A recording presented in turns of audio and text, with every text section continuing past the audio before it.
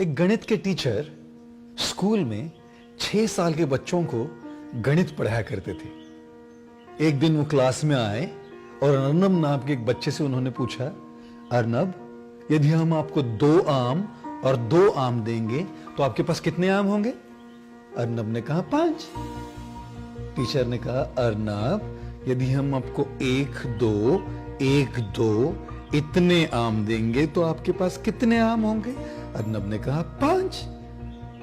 Teacher ने विचार किया कि यदि हम अपना एग्जाम्पल, उदाहरण बदल दे तो हो सकता है अर्नब सही जवाब दे देगा। टीचर ने फिर से अर्नब से पूछा, अर्नब, यदि हम आपको 2 स्ट्रॉबेरी और 2 स्ट्रॉबेरी दे तो आपके पास कितनी स्ट्रॉबेरीज होंगी?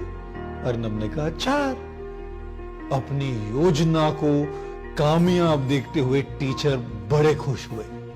केवल ये चेक करने के लिए कि अर्नब ने गणित सही तरीके से सीखा है या नहीं, उन्होंने अर्नब से फिर अपना पहला वाला सवाल पूछा, अर्नब, यदि हम आपको 2 आम और 2 आम देंगे तो आपके पास कितने आम होंगे? अर्नब ने कहा 5। अब टीचर बड़े क्रोधित हुए। उन्होंने अर्नब से कहा, 2 और 2 स्ट्रॉबेरी 4 और 2 और 2 आम 5 कैसे हुए? अर्नब ने कहा, मैडम, क्योंकि हमारे बैग में पहले से एक आम रखा हुआ है। अब देखिए ना, इसमें कौन सही था और कौन गलत था? क्या टीचर गलत थे? नहीं, क्योंकि 2 और 2 तो 4 ही होते हैं। क्या अर्नब गलत था? नहीं, क्योंकि 2 और 2 4 तो होते ही है, लेकिन उसके बैग में पहले से ही एक आम रखा हुआ था और इसलिए 2 और 2 4 और एक आम मिलके 5 हुए। देवी और सज्जनों, हमारे जीवन में जो भी रिश्तों में तनाव आते हैं, झगड़े होते हैं, गलतफहमियां होती है, ये इसी कारण से होती है। टीचर टेक्निकली सही थे क्योंकि 2 और 2 4 टेक्निकली सही होता है, और अर्नब प्रैक्टिकली सही था। 2 और 2 4 होता है, लेकिन उस टेक्निकल सही के पीछे छिपा हुआ एक आम था। अपने रिश्तों में भी ऐसा ही होता है ना।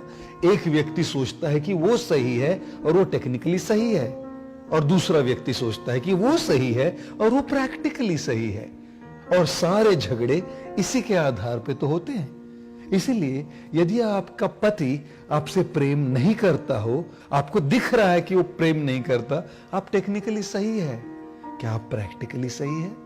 आप प्रैक्टिकली सही तब होंगे जब आप पीछे छिपे हुए आम को देखें कि आपका पति आपसे प्रेम क्यों नहीं कर रहा।